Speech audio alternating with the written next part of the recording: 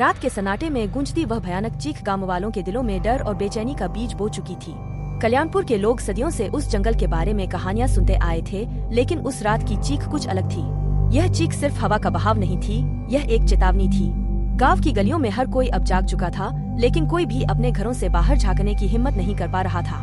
सभी के दरवाजे अंदर से बंद थे, खिड़कियों पर पर्दे खींच दिए गए थे और लोग अपनी सांसें रोके बैठे थे। गांव के केंद्र में स्थित प्राचीन मंदिर की घंटी अचानक अपने आप बज उठी। घंटी की आवाज गांव वालों के दिलों की धड़कन से मेल खाती थी, धीमी पर डरावनी। यह घंटी तभी बजती थी जब कुछ अशुभ होने वाला होता था। बुजुर्गों का मानना था कि यह मंदिर गांव की रक्षा करता है, लेकिन जब मंदिर की घंटी अपने आप बजने लगे तो इसका मतलब था कि अब कोई भी सुरक्षित नहीं है। दादाजी, जो अपने बरामदे में बैठे थे, धीरे धीरे उठकर अपनी लाठी का सहारा लेते हुए मंदिर की ओर चल पड़े। उनके चेहरे पर चिंता की गहरी लकीरें थीं। उन्होंने अपने जीवन में कई कहानियां सुनी थीं और कई भूत प्रेत की घटनाओं का सामना किया था, लेकिन वह जानते थे कि इस बार कुछ असामान्य और खतरनाक हो रहा है। जंगल की दिशा से अचानक ठंडी हवा का एक झोंका आया और दादाजी के कानों में कुछ फुसफुसाहट सुनाई दी। वह रुक गए और अपने चारों ओर देखने लगे। जंगल के पेड़ अचानक हिलने लगे, जैसे किसी अदृश्य शक्ति ने उन्हें झकझोरा हो। हवाओं में एक अजीब सी गंध थी, सड़ी हुई और मरी हुई आत्माओं की तरह। दादाजी की आंखें अब भी जंगल की ओर टिकी थीं। उन्हें पता था कि जंगल में कुछ जाग चुका है। इस बीच गांव के बाकी लोग अपने घरों में सहमे हुए थे। बच्चे अपनी माओं की गोद में छिपे हुए थे और बुजुर्ग हनुमान चालीसा का जाप कर रहे थे। किसी को नहीं पता था कि अब क्या होगा, लेकिन एक बात सबको यकीन थी, वह रात गांव के लिए सामान्य नहीं थी। गांव के किनारे पर जंगल के पास एक टूटी फूटी कुटिया में एक औरत रहती थी, जिसका नाम माया था। गांव वालों का मानना था कि माया के पास कुछ अदृश्य शक्तियां थीं, इसलिए लोग उससे दूर रहते थे। लेकिन माया जानती थी कि उस जंगल में कुछ ऐसा छिपा था जिससे वह भी बच नहीं सकती थी। उस रात जब चीख गूंजी, माया ने अपने घर के दरवाजे बंद नहीं किए, बल्कि वह जंगल की ओर देखने लगी, जैसे उसे किसी का इंतजार हो। उसकी आंखों में डर नहीं, बल्कि अजीब सी जिज्ञासा थी। माया के मन में अब एक ही सवाल था, क्या वह प्राचीन शक्ति वापस आ चुकी है? कुछ साल पहले गांव के पुराने ग्रंथों में उसने एक कथा पढ़ी थी। उस कथा में बताया गया था कि शापित वन में एक प्राचीन राक्षस कैद है, जिसे गांव के पूर्वजों ने सदियों पहले बंद कर दिया था। वह राक्षस तब जागता था जब उसके चुने हुए व्यक्ति की आत्मा उसकी हवेली में प्रवेश करती थी। माया जानती थी कि गांव का कोई व्यक्ति अब उस राक्षस का शिकार बनने वाला है। वह धीरे धीरे अपनी कुटिया से बाहर निकली और जंगल की ओर कदम बढ़ाने लगी। हवा तेज हो चुकी थी और आसमान में बिजली चमकने लगी थी। माया के हर कदम के साथ हवाओं की आवाज और तेज होती गई। ऐसा लग रहा था मानो पूरा जंगल उसकी तरफ देख रहा हो। गांव में इस सब से अनजान राज अपने दोस्तों के साथ एक पुरानी हवेली की चर्चा कर रहा था। राज को इन कहानियों पर कभी यकीन नहीं था। उसका मानना था कि यह सब बस बुजुर्गों की मनगढ़ंत बातें हैं, जो डर फैलाने के लिए बनाई गई हैं। उसके दोस्तों ने उसे चिढ़ाते हुए कहा, अगर तू इतना ही बहादुर है तो शापित वन में जाकर वह हवेली देखा। राज ने ठहाका लगाया और बोला, क्यों नहीं, अभी जाता हूँ और तुम्हें सबूत लाकर दिखाता हूँ कि यह सब महज अफवाह है। उसने बिना सोचे समझे जंगल की ओर कदम बढ़ा दिए। जैसे ही वह जंगल के किनारे पहुंचा, हवा अचानक शांत हो गई। आसपास के पेड़ उसकी हरकतों को देख रहे थे, मानो उसे चेतावनी दे रहे हों। लेकिन राज ने उनकी परवाह नहीं की। वह तेजी से आगे बढ़ा और कुछ देर बाद उसे वह पुरानी हवेली दिखाई दी, जो अंधेरे में खड़ी थी, जैसे किसी अनहोनी का इंतजार कर रही हो। हवेली के चारों ओर अजीब सी खामोशी थी। उसकी टूटी फूटी दीवारें और खिड़कियां जैसे चीख चीख कर किसी गहरे रहस्य को छिपाने की कोशिश कर रही थीं। राज ने दरवाजा खोला और अंदर घुसा। अंदर का माहौल सर्द और घुटन भरा था, मानो सदियों से यहाँ कोई सांस नहीं ले रहा हो। जैसे ही वह सीढ़ियां चढ़ने लगा, उसके कदमों की आवाज गूंजने लगी। अचानक उसे लगा कि कोई उसके पीछे चल रहा है। उसने मुड़कर देखा, लेकिन वहाँ कोई नहीं था। उसे अपने आसपास अजीब सी परछाइयां दिखाई देने लगी, जो उसकी तरफ बढ़ रही थी। राज की सांसें तेज हो गईं। उसने दरवाजे की ओर भागने की कोशिश की, लेकिन उसके पैरों ने उसका साथ छोड़ दिया। तभी एक अजीब आवाज गूंजी, तुमने हमें जगा दिया है, अब तुम बच नहीं सकते। राज के आसपास अंधकार छा गया। उसकी आंखों के सामने वो भयानक औरत खड़ी थी, जिसका चेहरा सफेद और आंखें काली थीं।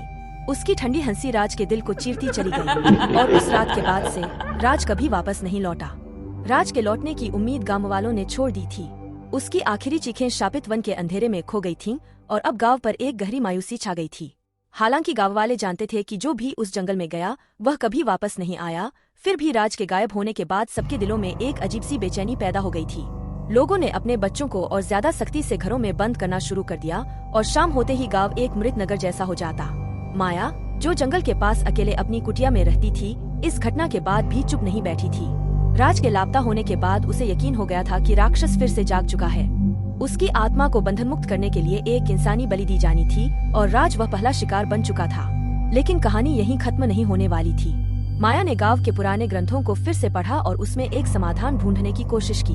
ग्रंथों में बताया गया था कि यदि कोई राक्षस जाग जाए तो उसे वापस सोने के लिए गांव के सबसे साहसी व्यक्ति की आत्मा को हवेली में जाकर बलिदान देना होगा। माया जानती थी कि यह काम बेहद खतरनाक था। हवेली में जाना खुद को मौत के हवाले करने जैसा था, लेकिन उसे पता था कि अगर इस राक्षस को नहीं रोका गया तो यह पूरे गांव को निगल जाएगा। उसने अपने आप को तैयार किया और उस रात जब गांव गहरी नींद में था, वह अपने साथ कुछ पुराने तावीज और मंत्र लेकर शापित वन की ओर निकल पड़ी। हवा में अब भी वही सर्दी और सड़ी हुई गंध फैली हुई थी। जैसे ही माया ने जंगल में कदम रखा, उसे लगा जैसे कोई अदृश्य शक्ति उसका पीछा कर रही हो। पेड़ उसके चारों ओर फुसफुसा रहे थे और हवाओं में अजीब सी आवाजें सुनाई दे रही थी। लेकिन माया ने डर को खुद पर हावी नहीं होने दिया और सीधे हवेली की तरफ बढ़ी। हवेली के पास पहुंचते ही माया ने देखा कि दरवाजा पहले से ही खुला हुआ था, जैसे उसकी ही प्रतीक्षा कर रहा हो। अंदर घुसते ही उसे एक अजीब सी घुटन महसूस हुई, लेकिन वह बिना डरे सीढ़ियों की तरफ बढ़ी जहाँ राज आखिरी बार देखा गया था। उसी वक्त हवेली के भीतर से वही डरावनी औरत प्रकट हुई। उसका चेहरा सफेद और आंखें गहरी काली थीं। औरत ने माया को देखते ही कहा, तुम्हें यहाँ नहीं आना चाहिए था। अब तुम्हारा भी वही हश्र होगा जो राज का हुआ। माया ने अपने तावीज को कसकर पकड़ा और मंत्र का जाप करना शुरू किया। उसकी आवाज गूंजने लगी और हवेली की दीवारें थरथराने लगी। औरत की आंखों में गुस्सा भड़क उठा। उसने चीखकर माया की ओर हाथ बढ़ाया, लेकिन माया ने उसी वक्त एक पुराना मंत्र बोला, जिससे वह औरत कुछ कदम पीछे हट गई। तुम कौन हो? माया ने पूछा। औरत ने ठंडी हंसी के साथ कहा, मैं वही हूँ जिसे इस हवेली में कैद किया गया था। मेरी आत्मा को इस घर के पत्थरों में बंद कर दिया गया और अब मैं तभी मुक्त हो सकती हूँ जब तुम सभी को इस बंधन में जकड़ लूं। माया ने गहरी सांस ली और कहा, तुम्हें रोका जा सकता है, तुम्हारी आत्मा को मुक्ति दी जा सकती है, लेकिन उसके लिए तुम्हें सच बताना होगा। औरत ने कुछ देर तक माया को घूरा, फिर धीरे से बोली, सच यह है कि मैं इस गांव की ही थी। मुझे मेरे पति ने इस हवेली में कैद कर दिया था क्योंकि उसे शक था कि मैं जादू टोने में लिप्त थी। मैंने यहाँ तड़पतड़प कर अपनी जान दी और तब से इस हवेली में मेरा अभिशाप फैला हुआ है। माया ने मंत्रों का उच्चारण जारी रखा और कहा, तुम्हारी आत्मा को मुक्ति चाहिए, लेकिन इसके लिए तुम्हें बदला लेने की चाहत छोड़नी होगी। औरत ने एक पल के लिए सोचा, फिर अचानक हवेली में अंधेरा छा गया। औरत की चीखें गूंजने लगीं, जैसे वह अपने भीतर के राक्षस से लड़ रही हो। हवेली के चारों ओर हिलने डुलने लगी, जैसे कोई ताकत इसे तोड़ने पर आमादा हो। माया ने अपने मंत्रों को और तेज किया और तभी एक तेज रोशनी फैल गई। उस रोशनी के बीच औरत की चीखें धीरे धीरे शांत हो गईं। हवेली की दीवारों से खून टपकना बंद हो गया और चारों ओर एक अजीब सी शांति छा गई। औरत की आत्मा हवा में घुलने लगी और वह धीरे धीरे गायब हो गई। माया ने थकी हुई सांस ली और बाहर निकली। गांव अब सुरक्षित था, लेकिन माया जानती थी कि इस हवेली के भीतर कितने और रहस्य छिपे थे। माया ने जब हवेली से बाहर कदम रखा तो रात का अंधकार अब कुछ हल्का महसूस हो रहा था। हवा में वही पुरानी घुटन गायब हो चुकी थी, लेकिन उसकी जगह एक अजीब सी शांति थी। गांव अब राक्षस से मुक्त था, लेकिन माया के मन में एक सवाल उठ रहा था, क्या यह सब सचमुच खत्म हो गया था? गांव लौटने पर माया को उम्मीद थी कि गांव वाले अब उसके पास आएंगे, उसकी मदद के लिए उसका आभार प्रकट करेंगे। लेकिन गांव में सन्नाटा पसरा हुआ था, जैसे कुछ नहीं बदला हो। लोग अब भी अपने घरों में बंद थे और हर खिड़की पर पर्दे गिरे हुए थे। किसी ने भी बाहर आकर उसे यह नहीं कहा कि उसने गांव को बचा लिया है। माया ने खुद को संभालते हुए अपने घर का रास्ता लिया। वह थक चुकी थी, उसकी आत्मा भी भारी लग रही थी। उसने सोचा कि शायद इस अजीब सी शांति के पीछे कोई और रहस्य छिपा है, लेकिन उसे यकीन था कि उस रात का अंत अब हो चुका था। उसने अपनी कुटिया का दरवाजा खोला और बिस्तर पर लेट गई, परंतु सोने की कोशिश करते ही उसे अचानक एक धीमी पर बहुत ही जानी पहचानी फुसफुसाहट सुनाई दी। वह आवाज सीधी उसके कानों में गूंज रही थी, जैसे कोई उसकी आत्मा को छू रहा हो। यह खत्म नहीं हुआ है। आवाज बहुत हल्की थी, लेकिन उसमें इतनी शक्ति थी कि माया के शरीर में सिहरन दौड़ गई। वह अचानक बिस्तर से उठ बैठी और चारों ओर देखा। उसके घर में कोई नहीं था, लेकिन उस आवाज ने उसकी नींद उड़ा दी थी। माया ने सोचा कि शायद यह सब उसके मन का भ्रम हो सकता है, लेकिन उसका दिल अब भी तेजी से धड़क रहा था। अगली सुबह माया ने सोचा कि गांव के मंदिर जाकर वहां के पुजारी से बात की जाए। वह जानना चाहती थी कि जो कुछ हुआ उसका मतलब क्या था। क्या वह सच में राक्षस को हरा चुकी थी या फिर कुछ और होने वाला था? मंदिर पहुंचने पर उसने देखा कि पुजारी पहले से ही उसके आने का इंतजार कर रहे थे। उनकी आंखों में चिंता और डर साफ झलक रहा था। माया ने पूछा, आपको क्या लगता है, सब कुछ खत्म हो गया है? पुजारी ने गहरी सांस लेते हुए कहा, हवेली में जो कुछ भी हुआ वह एक चरण था, लेकिन वह राक्षस जिसे तुमने शांत किया उसकी शक्ति खत्म नहीं हुई है। वह अब भी जीवित है, लेकिन अब वह सीधे हमला नहीं करेगा। अब वह धीमी चाल चलेगा और वह गांव वालों के भीतर बसे डर और लालच का फायदा उठाएगा। माया ने गंभीरता से पूछा, तो हमें अब क्या करना होगा? पुजारी ने उसकी ओर देखा और कहा, तुम्हें उस प्राचीन शक्ति के बारे में और जानना होगा। गांव के पुराने ग्रंथों में एक और अध्याय है जो अभी तक किसी ने नहीं पढ़ा है। उसे पढ़ने के लिए तुम्हें गांव के सबसे पुराने हिस्से में जाना होगा, जहां एक खंडहर मंदिर है। वहां वह ग्रंथ छिपा हुआ है, लेकिन उसे ढूंढना आसान नहीं होगा। माया ने तुरंत जाने का निश्चय किया। वह जानती थी कि गांव पर अब भी खतरा मंडरा रहा है, और अगर उसने उस राक्षस की पूरी ताकत को समझने की कोशिश नहीं की तो यह खतरा गांव को पूरी तरह से निगल सकता था।